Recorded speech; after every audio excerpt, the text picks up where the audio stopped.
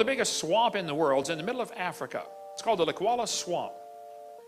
That swamp is huge. Most Americans don't appreciate the size of Africa.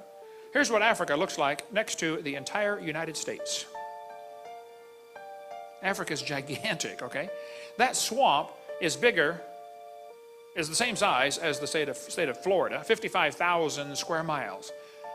That swamp is huge. Did you know that swamp today is 80% unexplored? In 1885, Congo in Africa was taken over by Belgium, and it was called the Belgian Congo for many, many years. In 1960, the communists liberated them.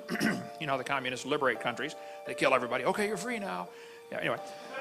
There were reports in that swamp from the 1700s when the missionaries went in there and said, man, there are dinosaurs still living in that swamp. Dinosaurs still alive? 1910, New York Herald ran an article about dinosaurs still living in Africa's swamps. Here's a Saturday Evening Post, 1948. There could be dinosaurs still alive in Africa. A big game hunter named Mr. Gobbler returned from a trip to Angola. He announced to the Cape Town newspaper, the Cape Argus, that there was an animal of large dimensions, the description of which could only fit a dinosaur. The natives call it Chippewa. In Central African Republic, they call it Nguri. Roy Mackal went there in 1980 on an expedition. He spent $250,000. As they traveled around the swamp, the natives talked about this animal called Mahamba. He said, what's that? And they showed him a crocodile. Oh yeah, that's the Mahamba right there, Mahamba.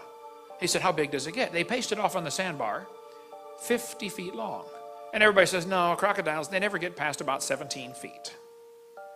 Oh, I don't think that's correct. Earlier in the summer of 2005, they killed a 24-foot crocodile in that swamp. Of course, the natives will say, oh, you should see the big ones. The natives also talk about an animal they call Mokele Mbembe.